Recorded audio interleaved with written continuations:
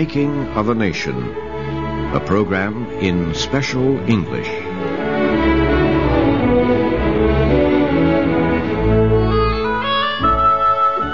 Just before sunrise, on the morning of April 12th, 1861, the first shot was fired in the American Civil War.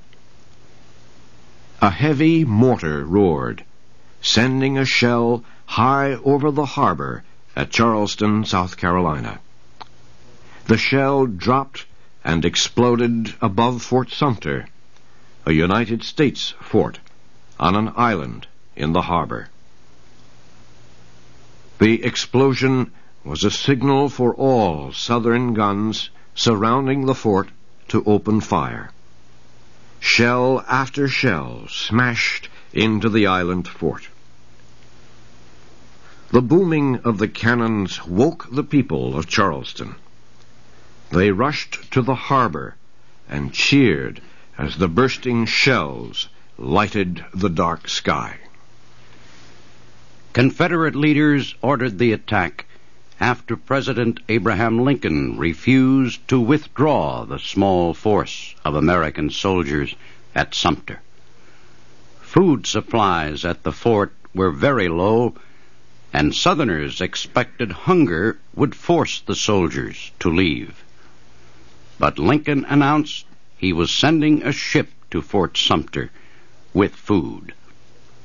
Confederate President Jefferson Davis ordered his commander in Charleston, General Beauregard, to destroy the fort before the food could arrive.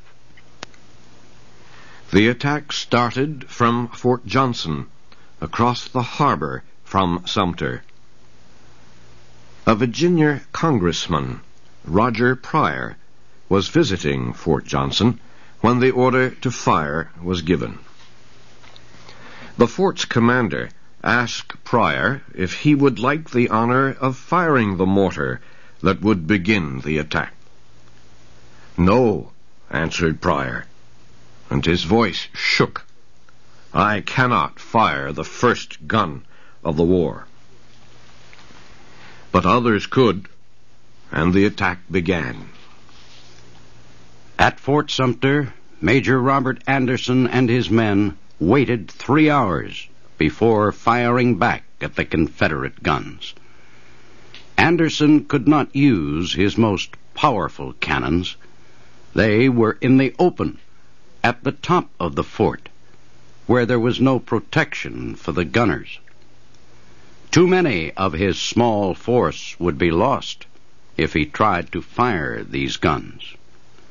So Anderson had his men fire the smaller cannon from better protected positions. These, however, did not do much damage to the Confederate guns. The shelling continued all day. A big cloud of smoke rose high in the air over Fort Sumter. The smoke was seen by United States Navy ships a few miles outside Charleston Harbor. They had come with the ship bringing food for the men at Sumter. There were soldiers on these ships, but they could not reach the fort to help Major Anderson. Confederate boats blocked the entrance to the harbor, and Confederate guns could destroy any ship that tried to enter. The commander of the naval force, Captain Fox, had hoped to move the soldiers to Sumter in small boats, but the sea was so rough that the small boats could not be used. Fox could only watch and hope for calmer seas. Confederate shells continued to smash into Sumter throughout the night and into the morning of the second day. The fires at Fort Sumter burned higher, and smoke filled the rooms where soldiers still tried to fire their cannons. About noon, 3 men arrived at the fort in a small boat. One of them was Louis Wigfall, a former United States Senator from Texas, now a Confederate officer. He asked to see Major Anderson. "I come from General Beauregard," he said. "It is time to put a stop to this, sir. The flames are raging all around you, and you have defended your flag bravely." "Will you leave, sir?" Wigfall asked. Major Anderson was ready to stop fighting. His men had done all that could be expected of them. They had fought well against a much stronger enemy. Anderson said he would surrender if he and his men could leave with honor. Wigfall agreed. He told Anderson to lower his flag, and the firing would stop. Down came the United States flag, and up went the white flag of surrender. The battle of Fort Sumter was over. More than 4,000 shells had been fired during the 33 hours of fighting, but no one on either side was killed. One United States soldier, however, was killed the next day when a cannon exploded as Anderson's men prepared to leave the fort. The news of Anderson's surrender reached Washington late Saturday, April 13th. President Lincoln and his cabinet met the next day and wrote a declaration that the president would announce on Monday. In it, Lincoln said powerful forces had seized control in 7 states of the South. He said these forces were too strong to be stopped by courts or policemen. Lincoln said troops were needed. He requested that the states send him 75,000 soldiers. He said these men would be used to get control of forts and other federal property seized from the Union. Lincoln knew he had the support of his own party. He also wanted Northern Democrats to give him full support. So, Sunday evening, a Republican congressman visited the top Democrat of the North, Senator Stephen Douglas.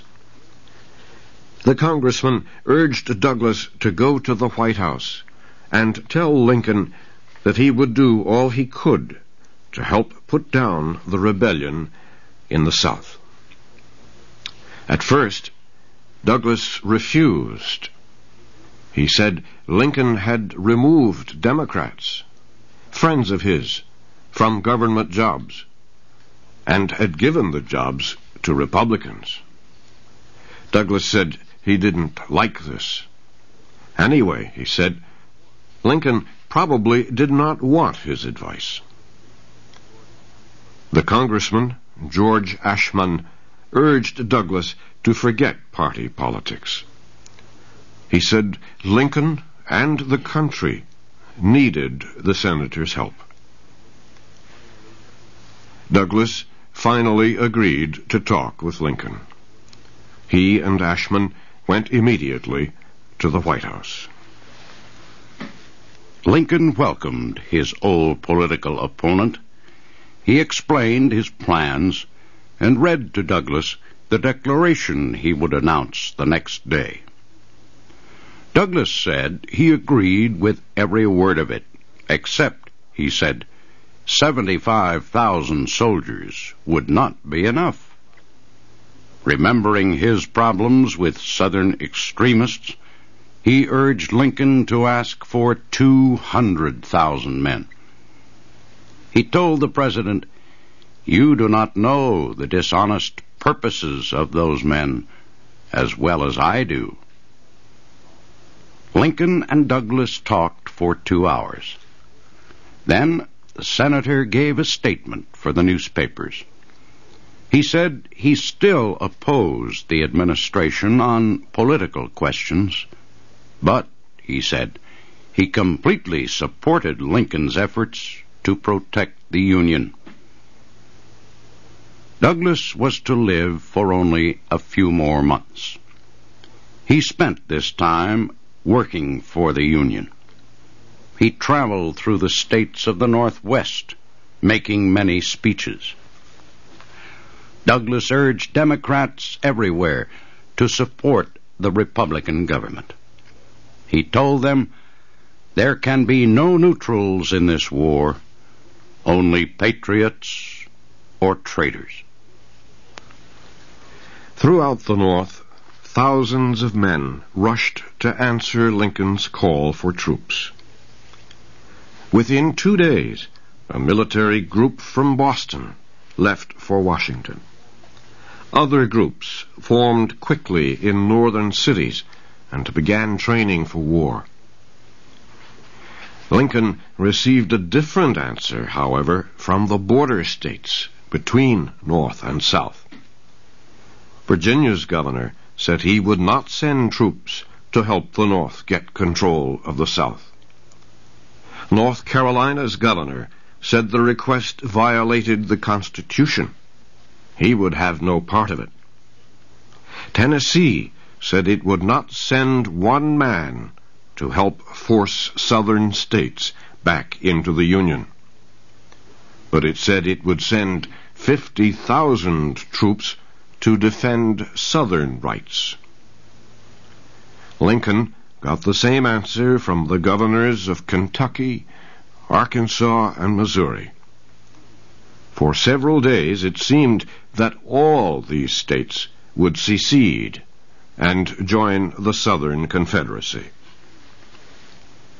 Lincoln worried most about Virginia, the powerful state just across the Potomac River from Washington. A secession convention already was meeting at the state capitol. On April 17th, the convention voted to take Virginia out of the Union. Virginia's vote to secede forced an American Army officer to make a most difficult decision. The officer was Colonel Robert E. Lee, a citizen of Virginia. The Army's top commander, General Winfield Scott, had called Lee to Washington. Scott believed Lee was the best officer in the Army. Lincoln agreed. He asked Lee to take General Scott's job to become the Army chief.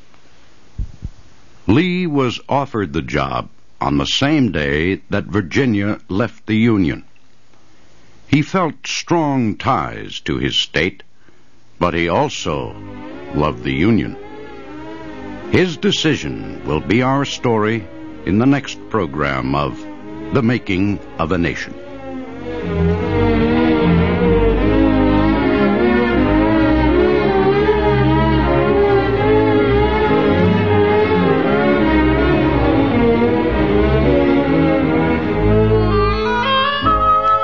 You have been listening to the special English program, The Making of a Nation.